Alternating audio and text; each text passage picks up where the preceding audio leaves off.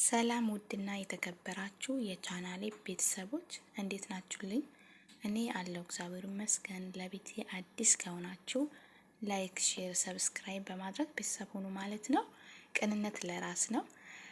ቪዲዮዬ ከተመቻችሁ ሀሳብ አስተያየታችሁ ኮመንት ላይ ጻፉ። ዛሬ በሁለት ነገር መጥቻለሁ ማለት ነው። በዳጊ ወይም ደግሞ ያው በቤቢ ማለት ነው። ታውቃላችሁ ከዚህ ቀደም ሰርቼ ነበር የመሰለኝን ተናግሬያለሁ። እናንተም ደግሞ የመሰላችሁ መጻፍ ትችላላችሁ ማለት ነው። ሀሳባችሁ መግለጽ ትችላላችሁ። ዛሬ ደግሞ እንግዲህ እና አብርሽም አሉ እንግዲህ አብርሽ መነጋገሪያ ሆነዋል ማለት ነው። እዛ ላይ እስኪ እንማማራለን፣ ግን ላይክ ማድረጋችሁ እንዳትረሱ። በመጀመሪያ እንዳልኳችሁ ወደ ዳጊና ወደ ሳምሶን ማለት ነው ዛሬ የምናወራው ርዕሳችን እነሱ ናቸው ማለት ነው። በነገራችን ላይ ከዚህ 3 ቀን 4 ቀን ይሁን ቪዲዮ ተለቆ ነበር እና ሁሉም ሰው አይቶታል ብዬ አስባለሁ። በተለይ ቲክቶክ ላይ በጣም ቫይራል ነበር ማለት ነው። ብዙ ሰው ጋር አይቶታል። ብዙ ሰው ደግሞ ሀሳብ አስተያየት እዛ ላይ ጽፈዋል ማለት ነው። ሰው የመሰለውን ነው የሚናገረው ማለት ሀሳቡ ማለት ነው። ግን እኔ በጣም የገረመኝ ነገር አንዳንዴ ሰው ይዋደዳል፣ በሆነ ሰዓት ደግሞ ይጋጫል። ማንም ሰው ይጣላል ማለት ነው። ፍጹም አይደለም፣ ይሳሳታል። እና ከነዚህ ሰዎች ምንድነው የምንማረው የሚለው ነገር እስኪ ለራሳችን ጥያቄ እንጠይቀው ማለት ነው።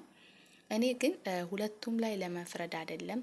እሱም የራሱ የሆነ ምክንያት አለው፣ እሷም እንደዛው በነበራቸው ጊዜ ሲዋደዱ አብረው ሲኖሩ ብዙ ህይወት ሲያሳልፉ ማንም አልነበረም። አሁን ደግሞ እነሱ ሲጣሉ እኛ እነሱ ህይወት ላይ ገብተን እሷ እንዲናት እሱ እንዲናት ለማለት ይከብዳል ማለት ነው። ብንችል ማስታረቅ ካልቻልን ደግሞ ዝም በማለት መተባበር አለ ማለትም። ለምሳሌ የሆነ ሰው የሆነ ነገር ይዞ ሲመጣ ሚዲያ ላይ ሀሳብ ማንኛውም ሰው ሀሳብ ይሰጣል። ግን አንድን ሰው ወግኖ አንዱን ለመፍረድ ትንሽ ይከብዳል። ምክንያቱም እኛ የምናውቀው ነገር ስለሌለ እሷም የራሷ የሆነ እውነት አላት፣ እሱም እንደዛው እውነት አላቸው። ግን የነሱ ህይወት የሚያውቀው ከነሱ ውጪ አንድ ፈጣሪ ብቻ ነው። ቤተሰብ አያውቅም፣ ማንም ሰው አያውቅም። የራሱ ህይወት የሚያውቀው እሱ ራሱ ብቻ ነው።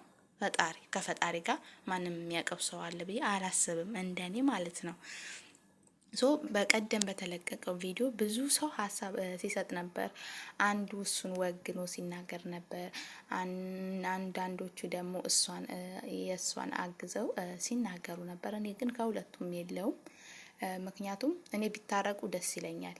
ግን እኔ በጣም ያናደደኝ ነገር እንደዚህ አይነት ነገር ሚዲያ ላይ መውጣቱ በጣም አስፈላጊ ነው ብዬ አላስብም። የቤት ገበና እቤት መጨረስ።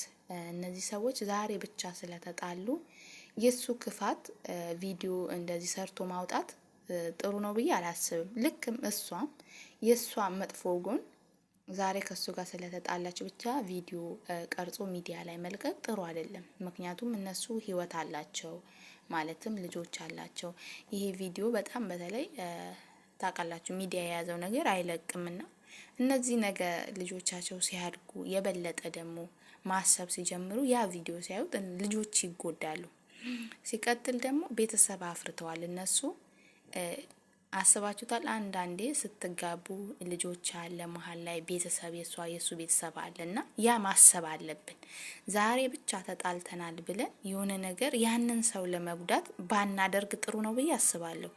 ምክንያቱም አንድ ሰው ህይወት ውስጥ ሲገባ ያየው ሰው የለም ማለትም አሁን ለምሳሌ ማንም ሰው አማክሮ አይደለም ያ ህይወት ውስጥ የሚገባው ማለት ነው። ወይም ደግሞ አሳይቶ አይደለም። ልክም ስትጣሉ በዛ ልክ በቃ ገበናችሁ መሸፈን አለባችሁ ብዬ ነው ማስበው። እሱም የሷ ገበና፣ እሷም ደግሞ የባሏ ገበና። ባሏ ቢሆንም ቢጣሉም ቢለያዩም ግን መሸፋፈን ደስ ይላል ብዬ አስባለሁ፣ እንደ ባህላችን ማለት ነው። ግን አሁን እንደምታውቁት ሁሉንም ነገር ሚዲያ ላይ ነው የሚወጣው። በቃ ምንም የሚደበቅ ነገር የለም እና እነዚህ ልጆች ደግሞ ይጎዳሉ። እኛ ከነሱ መማር እንችላለን ብዙ ነገር እና እኔ እውነት ለመናገር የነሱ ልጅቷ እንደዛ ስትናገር አስባችሁታል ምን ያክል ስሜቱ ከባድ እንደሆነና ብቻ በጣም ነው የሚከብደው ማለት ነው። እና ከነዚህ ሰዎች ጥሩ ጎን መቻል አለብን። እንደዚህ አይነት ነገር ደግሞ ባይወጣ ብዬ አስባለሁ። በቃ ቢቀር እሷም እንደዛ ረጋ ብላ ሰከን ብላ እሱም እንደዛው ሰከን ብሎ ወደፊት የበለጠ እንዲራራቁ ነው የሚያደርገው እንደዚህ አይነት ነገር ማለት ነው። እና እነሱ አንድ ላይ ሆነው ተስማምተው ልጆቻቸው ማሳደግ ይችላሉ ማለት ነው። በፍቅር ልክ እንደ ገኒ ቤተሰብ እነሱ እንደ ምሳሌ ማንሳት ስላለብን ማለት ነው። እና ትንሽ ስለደበረኝ ነው ማለትም። ግን አንዳንድ ሰዎች አንዱን ብቻ ውግ ነው መናገር ጥሩ ነው ብዬ አላስብም። ምክንያቱም እኛ ስላልነበርን ማለት ነው፣ ውስጣቸውን ስለማናቅ ይሄ መፍረዱ ትንሽ ስለሚከብድ ማለት ነው። እና ከባድ ነው ለልጆች እንደዚህ አይነት ነገር የምንለቀው ነገር ለልጆች ዋጋ ስለሚያስከፍል የራሴ ሀሳብ ነው ማለት ነው። ቤተሰብ ሰው ፈጣሪ ደግሞ አንድ ያርጋቸው ለልጆቻቸው ሲል ይታረቁ። ቢታረቁ ጌታን እኔ በጣም ደስ ይለኛል። ሰው ሲለያይ ያው ሴጣን ብቻ ነው ደስ የሚለው እንጂ የሰው ልጅ መቼም ሰው ትዳሩ ሲፈታ ሲበትን ደስ አይለውም። ሲቀጥል ደግሞ አብርሽ ያው ሁላችሁም ታውቁታላችሁ ብዬ አስባለሁ። እንግዲህ አንዷ ደግሞ አፍቃሪ መጥታለች። እውነት ለመናገር ግን እኔ ክሬት ማድረግ አንደኛ ናቸው፣ አንደኛ ማለት ነው። ምክንያቱም እቺ ልጅ ቪዲዮ አይታችሁት ይሆናል። ከዚህ በፊት ነው እኔ ያው እልፍ ስለ ያገኘሁት ቲክቶክ ላይ ሩታ እንግዲህ በጣም ስትናገር ነበር። አብርሽ ደግሞ ያለፈ ህይወት ነው ብሎ ሲናገር ነበር። አብርሽ ትክክል ነው። ሩታም ደግሞ ብላለች ስላለፈ ህይወቱ እኔ አያገባኝም ስላሁኑ ነው ብላለች። እና አንዳንድ ሰዎች ግን እኔ ጤነኛ ናቸው እንዴ ብዬ አስባለሁ። አሁን እሷ ታውቃለች ሩታን እንዳገባ የሁሉ አመት ከሩታ ጋር እንዳለ እያወቀች ዛሬ መምጣቷ ትንሽ ገርሞኛል።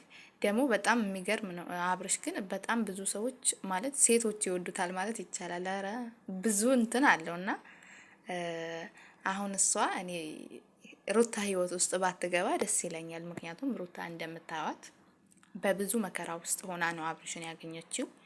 ሶ ያንን ደግሞ ህይወት መበጥበጥ ትንሽ ይከብዳል። ያችኛዋ ልክ እንደ ማንም ሰው ማለት ከዚህ በፊት የበቀደም ህይወት ይኖረዋል። ያ ህይወት ደግሞ አንዳንዴ ሊሆንም ይችላል ላይሆንም ይችላል፣ ሊቋረጥ ስለሚችል ማለት ነው።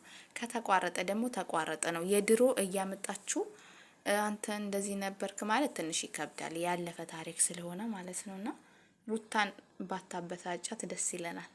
ምክንያቱም አሁን እሷ እርጉዝ ናት።